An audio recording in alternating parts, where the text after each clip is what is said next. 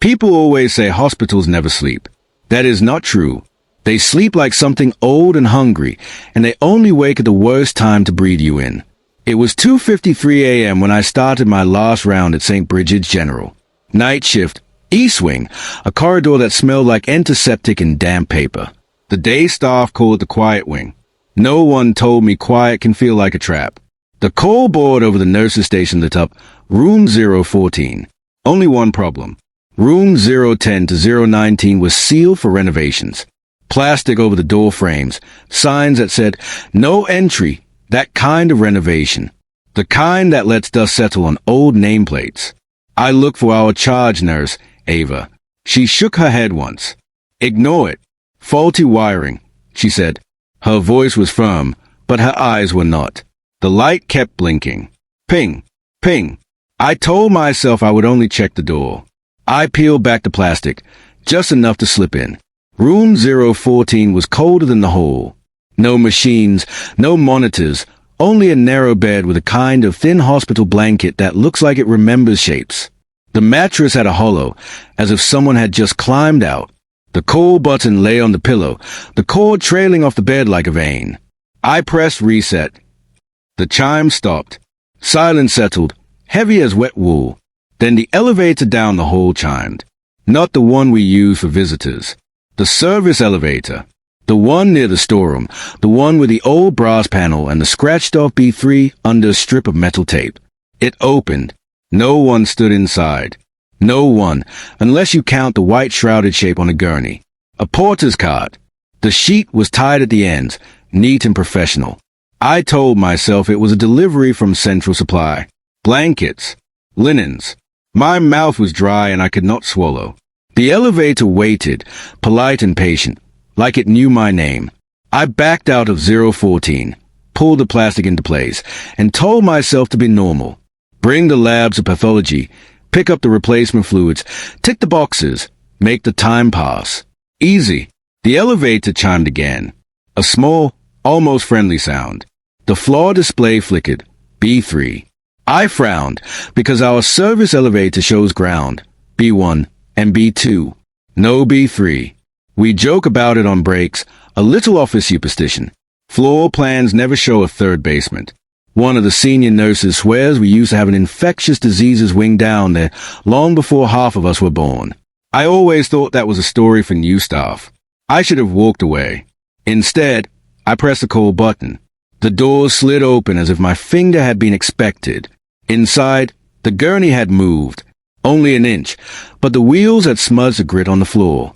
The sheet rose and fell, a trick of the eye, a draft from the shaft, something my brain refused to test with touch. I reached for ground. The button did not light. B1 did not light. B2 did not light. B3 lit itself. We started to descend. The temperature dropped. My breath fogged, fat and white, and vanished against the polished steel walls. The light fixture above my head flickered, then steadied like a held breath. The doors opened. The corridor outside was not our corridor. Concrete and painted cinder block, older signage, patient room arrows, and a typeface I have only seen in black and white photos. A metal sign read, isolation wards, negative pressure. Morgue delivery. This way, with an arrow that did not care that none of this should exist. A red line was painted on the floor, scuffed by years of wheels. I smelled cold stone and detergent, then something beneath it, sweet and coppery, like old pennies. I should have stayed in the elevator. I stepped out instead. The gurney rolled with me, as if my hands were already on it. I did not push it, but it followed as if a slope guided the wheels. The floor slanted downward very gently. A draft tugged at my sleeves. Somewhere ahead, a heavy door clanked, then shut itself. A voice spoke from behind me. Do not stop on the slope. It will take more than you intend to give. I toned. A nurse stood in the corridor. Her uniform was the old style, a crisp white dress with a tiny pointed collar and a cap with black trim. She held a clipboard, the edges worn shiny. Her badge had a name, M. Doyle, RN. I exhaled. I asked where I was. I asked if I had made a mistake. I asked why the elevator had a basement we do not list on any map. She looked at me without blinking. You are exactly where you chose to be the moment you answered the wrong bell. She looked at me without blinking. I asked her if it was the morgue. She did not smile. The morgue is a surname.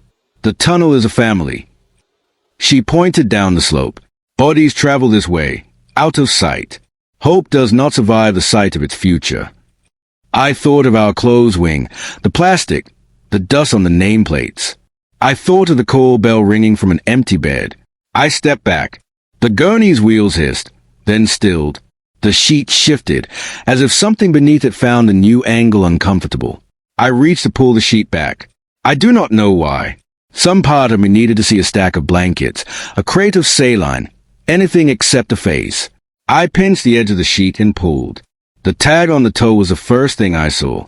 White card, black letters. The date was today's date. The name was mine. I froze. The ceiling pressed lower by a foot. The corridor narrowed.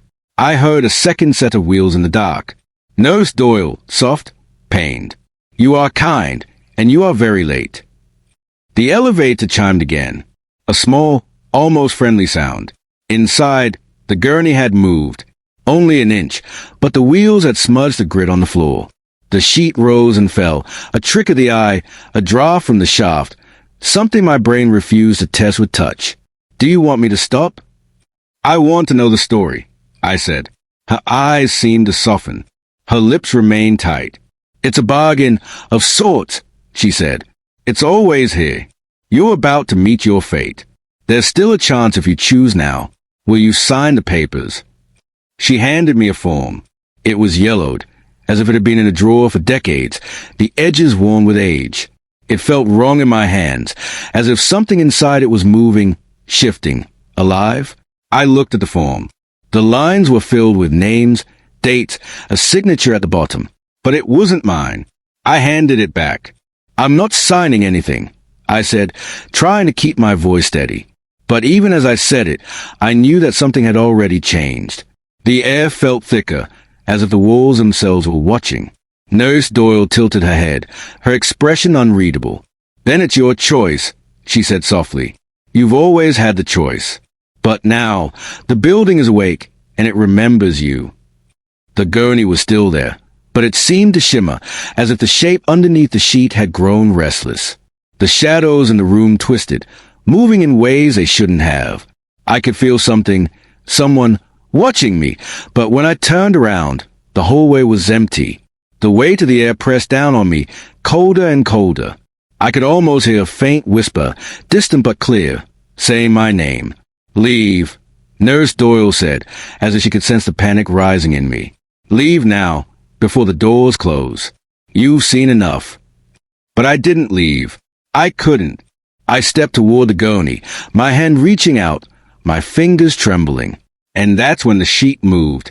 Not gently, but with force, as if something beneath it was straining to get out. I stumbled back, my heart racing. What is that? I whispered, but I didn't want to know the answer.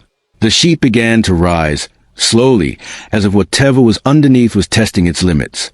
I saw a foot, just one, bare, white, and cold, emerging from beneath the sheet. And then, the head, a face. It was mine. I gasped, stumbling backward, my legs giving out beneath me. I fell to the floor, but I couldn't take my eyes off the body on the gurney. It wasn't just a body. It was me, or at least the thing that had once been me. The eyes were open, staring at me with an empty, lifeless gaze. The skin was pale, like it had been drained of all color. I felt the world tilt, my vision blurring. The walls seemed to close in, the air thickening around me. What do you want from me? I asked, my voice cracking. Nurse Doyle stepped closer, her expression unreadable. It doesn't want anything, she said softly. It's simply waiting. And so are you. I didn't understand. I couldn't. But the longer I stood there, the more I realized the truth of her words. The building had been waiting for me, waiting for someone to notice it, to choose it. I turned and ran. I ran without looking back, my footsteps echoing through the empty halls. I could hear the gurney rolling behind me, following me like it had a life of its own. I reached the elevator and pressed the button, desperate for it to open. The doors slid open, and I stepped inside, slamming the button for the ground floor. The elevator descended, but it felt wrong. It didn't feel like I was going down. It felt like I was going nowhere. When the doors opened again, I wasn't in the hospital anymore. I was standing in the middle of a field, under a dark sky. The air was cold, the ground beneath me rough and uneven. The hospital was gone. The lights, the walls, everything had vanished. And yet, I could still hear the elevator chime. The doors stood open in front of me, and I knew, without a doubt, that if I stepped through them, I would be back. Back in the hospital. Back where it all began. I turned and walked away.